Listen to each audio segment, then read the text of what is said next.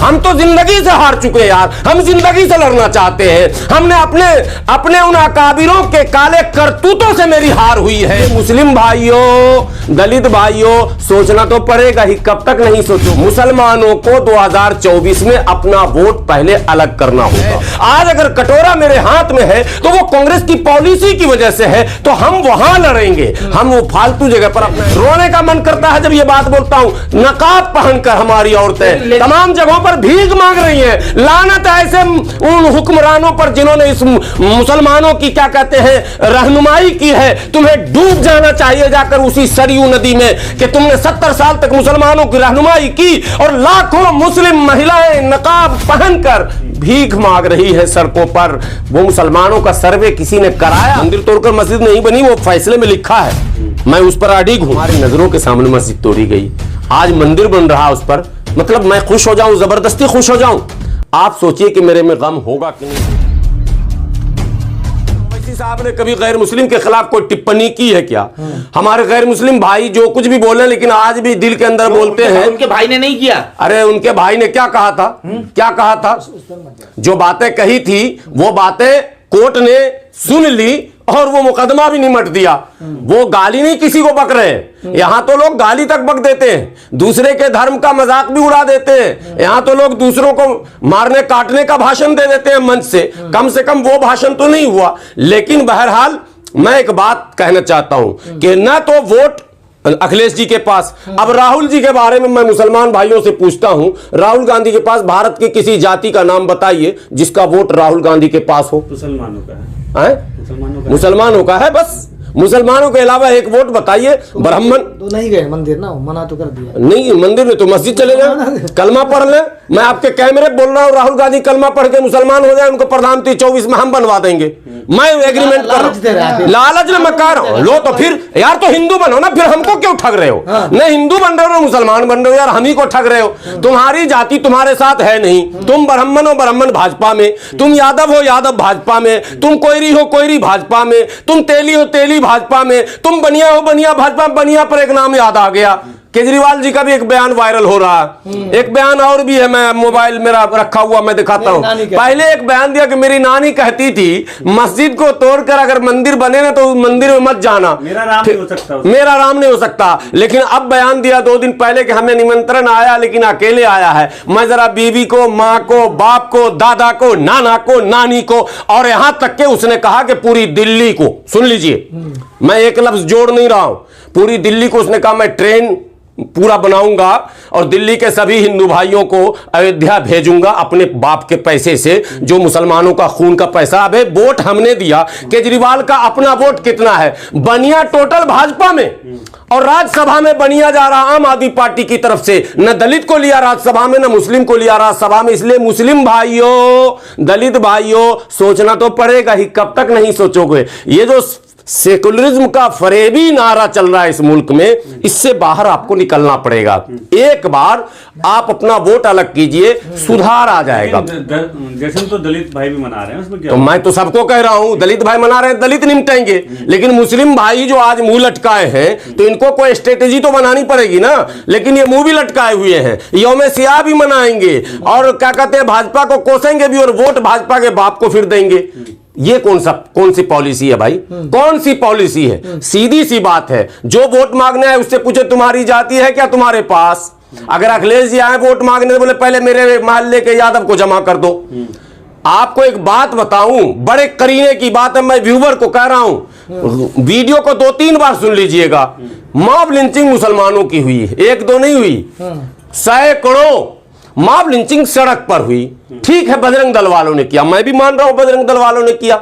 10 बजरंग दल के होंगे, 20 होंगे, 25 होंगे, 50 होंगे, सड़क पर मार रहा अब्दुल को, तबरेज को, खुर्शीद को, किसी को भी, ABCD को, अफराजुल को। सड़क पर जो बाकी लोग हैं उसमें कोई यादव है या नहीं है? कोई उसमें दूसरी बिरादरी का है नहीं जिसको हम मुख्यमंत्री बना रहे हैं?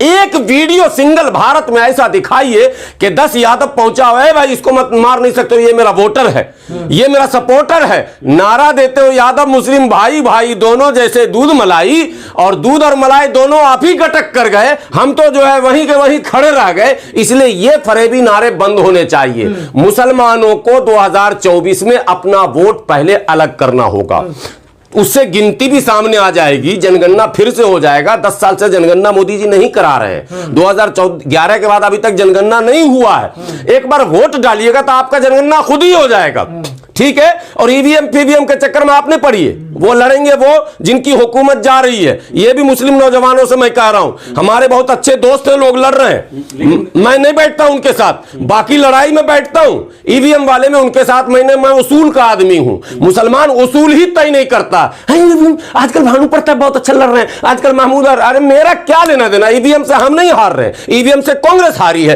कांग्रेस लड़े, ईवीएम से सपा हारी है, सपा लड़े, ईवीएम से बसपा हारी है, बसपा लड़े, ईवीएम से आरजेडी हारी है, आरजेडी लड़े, ईवीएम से जो जो हारा वो लड़े ना भाई। हम तो जिंदगी से हार चुके यार, हम जिंदगी से लड़ना चाहते हैं। हमने अपने उन अकाबिरों के काले करतूतों से मेरी हार हुई है, हमें हमारे ऊपर थोपे गए उन सियासतदानों की वजह से मेरी हार हुई है। आज अगर कटोरा मेरे हाथ में है तो वो कांग्रेस की पॉलिसी की वजह से है, तो हम वहां लड़ेंगे, हम वो फालतू जगह पर अपना एनर्जी स्पीच दिया गया अयोध्या में कि राम राज जो है ना, शुरुआत हो चुकी है रामराज की, तो आप कैसे समझते हैं रामराज किस तरह का होगा? देखिए, मैं मुसलमानों को कहना चाहूंगा, मुल्क के लोगों से को मैं इस वक्त कुछ नहीं कह रहा, मुसलमानों को बिल्कुल बता दूं, आप मायूस ना हो, कोई मायूस होने की जरूरत नहीं है, कुछ भी अभी नहीं बिगड़ा है। लेकिन हां, अगर उसी रास्ते पर चलेंगे जो 75 वर्षों तक चले तो अब बिगड़ेगा। अब तक छीना गया, अब थोपा जाएगा और जबरन थोपा जाएगा।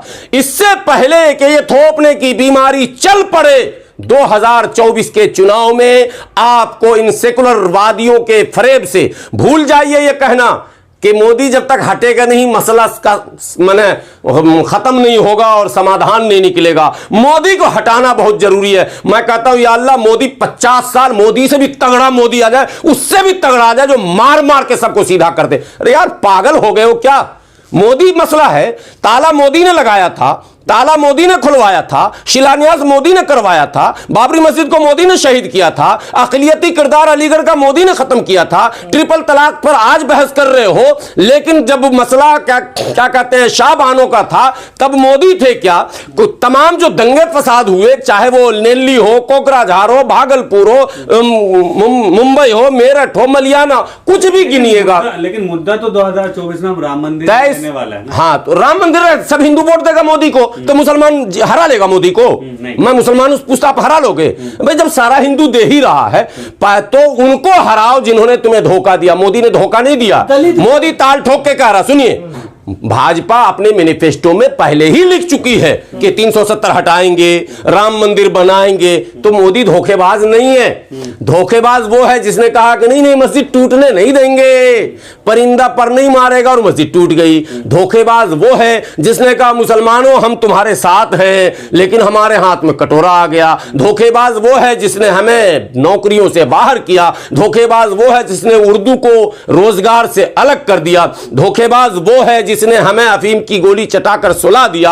आज एजुकेशन में, आज इकोनॉमी में हम कहां पर हैं, हमारी हिस्सेदारी कहां पर है, जरा सा बताइए। आज आर्थिक दृष्टिकोण से, सामाजिक दृष्टिकोण से, राजनीतिक दृष्टिकोण से, शैक्षणिक दृष्टिकोण से, तमाम कोई क्षेत्र ऐसा नहीं है जहां हम पिछले पायदान पर खड़े नहीं। जिस कांग्रेस ने हमें पिछले पायदान पर खड़ा किया, जाते जाते उस कांग्रेस ने एक रिपोर्ट थमाया और कहा मुसलमान दलितों से भी बदतर हैं। उस रिपोर्ट का नाम है सच्चर कमेटी की रिपोर्ट।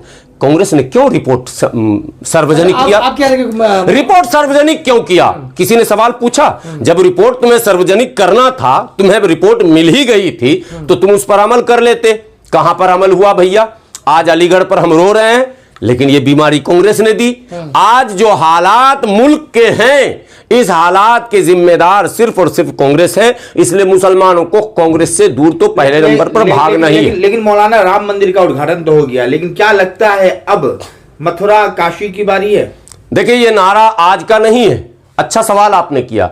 ये नारा बहुत पहले से है कि अयोध्या तो एक झांकी है और काशी मथुरा बाकी है। और मैं कह रहा हूं, कैमरे पर आज कह रहा हूं कि अगर हमारी पॉलिसी नहीं बदली, हमारा तरीक़ेकार नहीं बदला, हमारा कौल और फेल दोनों में अगर टकराव ऐसे ही होता रहा और हम मसलक और मनसब बचाने में अगर लगे रहे, तो ना हम मथुरा बचा पाएंगे, ना हम काशी बचा पाएंगे, और इससे आगे भी बहुत कुछ हम खो सकते हैं।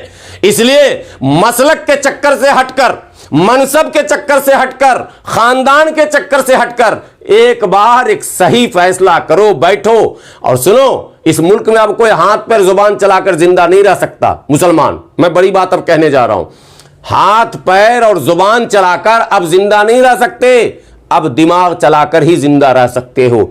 इसलिए जो होटलों में जाते हो ना, मुझे सीना देना, रान देना और फला पीस देना, चिला पीस, लेग पीस ज्यादा खाते हैं ना, तो लेग पीस खाते खाते लेग में आ गए, पांव के नीचे। जरा भेजा खाओ, दिमाग भेजा से बनता है, ठीक है। तो ये मुसलमानों को सोचना ही पड़ेगा कि दिमाग से ही हम जीत सकते हैं। वो कहते हैं कि अयोध्या तो एक झांकी है और काशी मथुरा बाकी है, और हमें कहना, वो उनका ये नारा एक और था जिस पर मुसलमानों ने ध्यान नहीं दिया। नारा था आधी रोटी खाएंगे मंदिर वहीं बनाएंगे। ये नारा भूल गए। काश उस वक्त हम नारा लगा देते, आधी रोटी खाएंगे मगर बच्चे को पढ़ाएंगे। आज हमारे बच्चे IAS IPS IRS होते, आज प्रशासन में होते, तो शायद ये दिन देखने नहीं पड़ते। लेकिन हमने कहा कि नहीं, कुरान खानी करवाएंगे, मिलाद करवाएंगे, जलसा करवाएंगे, इज्तिमा करवाएंगे, मस्जिद में पत्थर लगवाएंगे, जायनमाज कालीन तुर्की से खरीद कर लाएंगे, मस्जिद में कमकमे और झूमर लगवाएंगे, और मस्जिद में टाइल और पत्थर और मार्बल लगाकर जितनी कमाई है सब लगाएंगे, मगर बच्चे को नहीं पढ़ाएंगे। आज मुसलमान के बच्चे बकरी चरा रहे हैं, खेतों में नाक में नेटा लेकर घूम रहे हैं। मुसलमानों को शर्म नहीं आती। आज में आप देखेंगे पूरे मुल्क में रोने का मन करता है जब ये बात बोलता हूं। नकाब पहनकर हमारी औरतें तमाम जगहों पर भीख मांग रही हैं। लानत ऐसे उन हुक्मरानों पर जिन्होंने इस मुसलमानों की क्या कहते हैं रहनुमाई की है। तुम्हें डूब जाना चाहिए जाकर उसी सरयू नदी में कि तुमने 70 साल तक मुसलमानों की रहनुमाई की, और लाखों मुस्लिम महिलाएं नकाब पहनकर भीख मांग रही है सड़कों पर। वो मुसलमानों का सर्वे किसी ने कराया, वो कहां के हैं, किस जगह के हैं, उनका बैकग्राउंड क्या है। जब वो भीख मांग रही तो उनके बच्चे क्या कर रहे हैं? अरे कम से कम उनके बच्चों को गोद ले लेते, उनके बच्चों को पढ़ा देते। कौन सा तरीका अपनाया आपने? कहां लेकर जाना चाहते हैं मुसलमानों को? सारे मुसलमानों को अब चंदाखोर और भिखमंगा बनाना चाहते हैं। इसलिए मुस्लिम नौजवानों, कॉलेज के नौजवानों, पढ़े लिखे नौजवानों, मैं तुमसे हाथ जोड़कर गुजारिश करता हूं, दिमाग से काम लो। ये दिमाग ही बचा सकता है तुम्हें, और दिमाग ही बढ़ा सकता है तुम्हें। अगर बढ़ना है, बचना है, ऐसे तो सब मालिक खुदा है, लेकिन अल्लाह ने हमें तरीका जब दे दिया तो उसके भरोसे छोड़कर घर में नहीं बैठ सकते। हमें बैठने का हुक्म नहीं दिया गया, हमें करने का हुक्म दिया गया। इसलिए मैं अपील कर रहा हूं।